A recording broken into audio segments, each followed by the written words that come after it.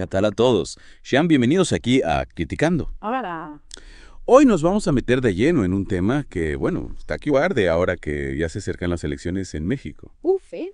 Vamos a hablar del impacto de las noticias falsas. Ya sabes, las famosas fake news. Exacto, fake news. Ah, Y es que más allá de ser algo, digamos, molesto o que nos puede sacar un poco de onda, estas noticias falsas tienen una influencia tremenda en lo que la gente piensa y al final pueden llegar a decidir quiénes van a estar sentados en esos puestos de poder. totalmente. Es algo que nos debería preocupar a todos. Así que en este deep dive vamos a hacer algo bien importante. A ver, cuéntame. Vamos a entender a fondo cómo estas noticias falsas le están dando forma al panorama electoral mexicano. Vamos a ver casos concretos de cosas que ya han pasado. Sobre todo, vamos a armarnos con herramientas para que ustedes, que nos están escuchando, puedan detectarlas y no se las crean tan fácil. Me parece perfecto. Porque al final, si queremos una democracia que funcione bien, todos tenemos que poder distinguir lo que es verdad de lo que es mentira. Exacto.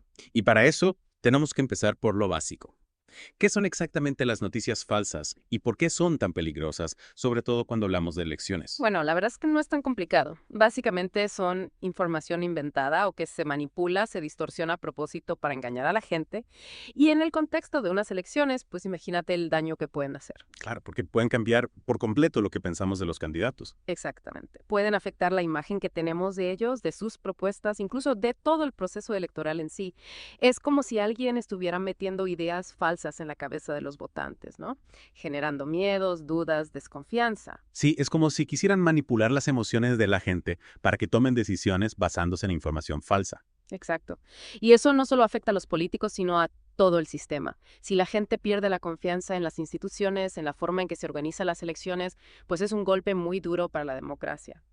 Y otro problema grave es que este tipo de noticias falsas tiende a dividir a la sociedad. Es que sí, ¿eh? La gente se polariza, se crean bandos y cada vez es más difícil dialogar y llegar a acuerdos.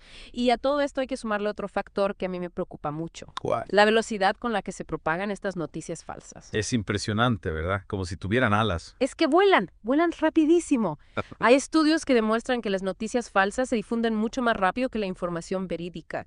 Y esto se intensifica cuando el contenido apela a nuestras emociones más básicas, ya sabes, el miedo, la indignación, el morbo. Claro, es como si nuestro cerebro estuviera programado para prestarle más atención a lo que nos impacta, aunque sea mentira. Exacto.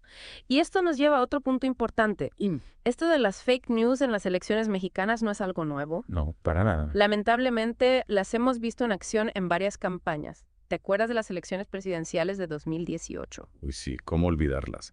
Ahí sí que vimos de todo. Hubo muchísima desinformación circulando, sobre todo dirigida a Andrés Manuel López Obrador, que al final ganó las elecciones. Recuerdo un rumor muy fuerte que decía que si ganaba iba a nacionalizar las empresas privadas. Sí, me acuerdo. Y esa noticia se propagó como la pólvora, Era completamente falso, por supuesto, ¿verdad?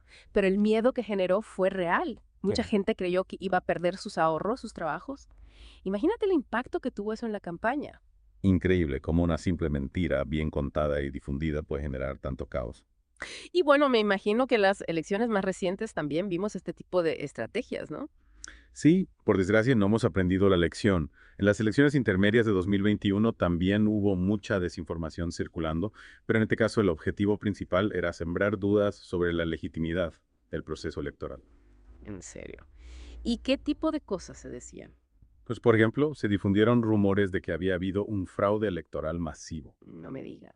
Sí, se decía, sin ninguna prueba, que se habían manipulado las urnas, que se habían alterado los resultados para favorecer a ciertos partidos. O sea, un ataque directo a la confianza en el sistema electoral. Exacto. Y aunque eran acusaciones sin fundamento, se propagaron con una rapidez brutal en las redes sociales, creando una sensación de incertidumbre y desconfianza que no tenía ninguna justificación real.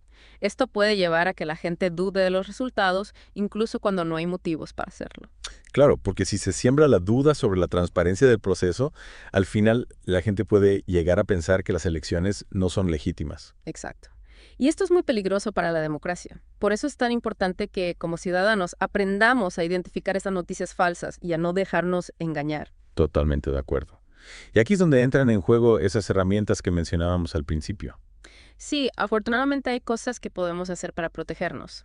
Lo primero, y quizás lo más sencillo, es ser un poco detectives. ¿A qué te refieres? A que siempre, siempre, siempre hay que revisar la fuente de la información.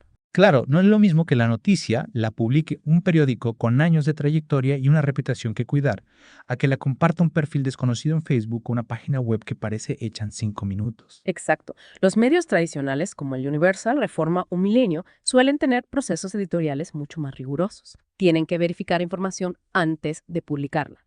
En cambio, si vemos una noticia en un sitio web que no conocemos, con un diseño que no nos inspira confianza o que no tiene una sección clara donde se identifiquen, pues ahí hay que encender las alarmas. O sea que lo primero es mirar bien de dónde viene la información y qué más podemos hacer. El segundo paso es contrastar ¿Contrastar con qué?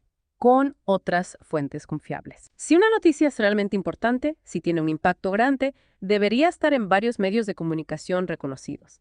Si solo la vemos en una página web rara, o si solo circula en redes sociales, es muy probable que sea falsa, o al menos que esté distorsionada. Entonces, si vemos una noticia que nos parece muy fuerte, lo mejor es buscarla en varios sitios web para ver si la están reportando de la misma manera. Exacto. Y ahí entran en juego las plataformas de verificación, que son herramientas muy útiles. En México tenemos algunas muy buenas, como Chequeado o Verificado 2018. Estas organizaciones se dedican a investigar rumores y a verificar si las noticias que circulan son verdaderas o falsas, especialmente en tiempos de elecciones. Ah, qué buena idea. Entonces, antes de creernos algo o de compartirlo, podemos entrar a estas páginas para ver si ya lo han analizado. Exactamente. Son una gran ayuda para no dejarnos engañar. Y por último, pero no menos importante, hay que fijarse en el contexto. El contexto de la noticia. Sí, muchas veces las noticias falsas usan fotos o vídeos que han sido manipulados o que son de otro momento, de otro lugar, y los presentan como si fueran actuales. Ah, ya entiendo. A veces vemos una foto impactante y la damos por buena sin pensar que puede ser antigua o que puede estar sacada de contexto. Exacto. Para evitar esto hay herramientas muy útiles, como Google Reverse Image Search, que te permite subir una imagen y buscar si ha aparecido antes en Internet. Así puedes ver si la han manipulado o si la están usando de forma engañosa. Me apunto el tip. Google Reverse Image Search. Entonces, resumiendo, para protegernos de las fake news tenemos que revisar la fuente, contrastar la información con otras fuentes confiables, usar las plataformas de verificación y fijarnos en el contexto. Exacto. Esas son las claves para no caer en la trampa. Y ahora hablemos un poco más del ecosistema donde nacen y se reproducen estas noticias falsas, las redes sociales. Hoy sí, las redes sociales. Ahí es donde se libra la batalla campal contra la desinformación. ¿Por qué? A ver, reconozcamos que plataformas como Facebook, Twitter y sobre todo WhatsApp son como autopistas para la información, sea verdadera o falsa. Es que es impresionante la velocidad con la que una noticia, por muy inventada que sea, puede hacerse viral en estas plataformas. Y esto se debe, en parte, a cómo están diseñadas. ¿En qué sentido? Los algoritmos que usan estas plataformas tienden a mostrarnos el contenido que genera más interacción, más clics, más comentarios. ¿Y qué es lo que más nos engancha? Pues lo que nos provoca emociones fuertes, ¿no? El miedo, la indignación, la sorpresa, el morbo. Y claro, este tipo de contenido, aunque sea falso, es el que más se comparte, el que más se viraliza. Es como si la verdad importara menos que la intensidad de la emoción que nos genera la noticia. Tristemente, así funciona muchas veces. Y a esto hay que sumarle otro factor. La facilidad con la que cualquiera puede crear y compartir contenido en esas plataformas.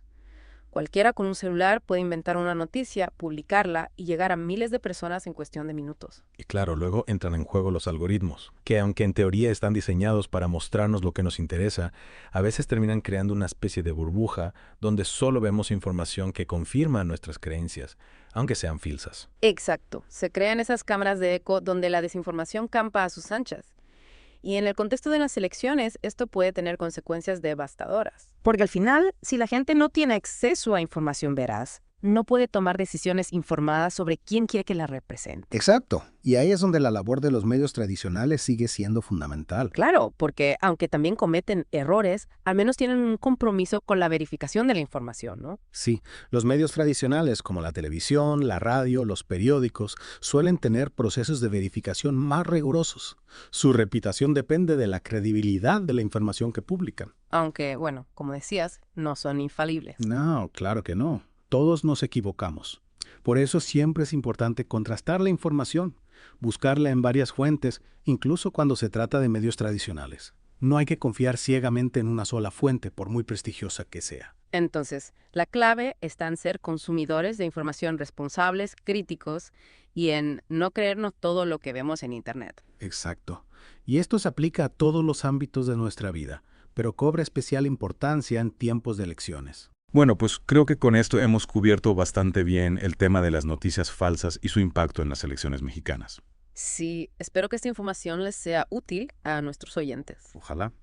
Y que les ayude a tomar decisiones más informadas. Esa es la idea. Y bueno, ya para terminar, me gustaría dejar una última reflexión. Adelante. Que creo que a veces no somos conscientes del poder que tenemos como ciudadanos en esta era de la información. Lo que hacemos en Internet, lo que compartimos, lo que comentamos, tiene un impacto real en nuestra democracia. Estoy totalmente de acuerdo. No somos meros espectadores pasivos. Nuestras acciones en línea pueden contribuir a la desinformación o a la lucha contra ella. Es una gran responsabilidad, pero también una gran oportunidad. Exacto. Así que antes de darle a compartir a cualquier noticia, preguntémonos. ¿Confío en la fuente? ¿Hay pruebas de que esto sea cierto? ¿Podría estar sacado de contexto? Esas son las preguntas que todos deberíamos hacernos antes de contribuir a la propagación de información falsa.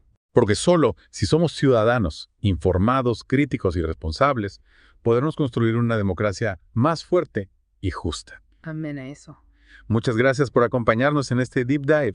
Esperamos que les haya servido para entender mejor este tema tan importante. Gracias a ti por la invitación. Y a ustedes que nos escuchan les recordamos que la mejor arma contra la desinformación es la educación, el pensamiento crítico y la verificación de la información. Hasta la próxima.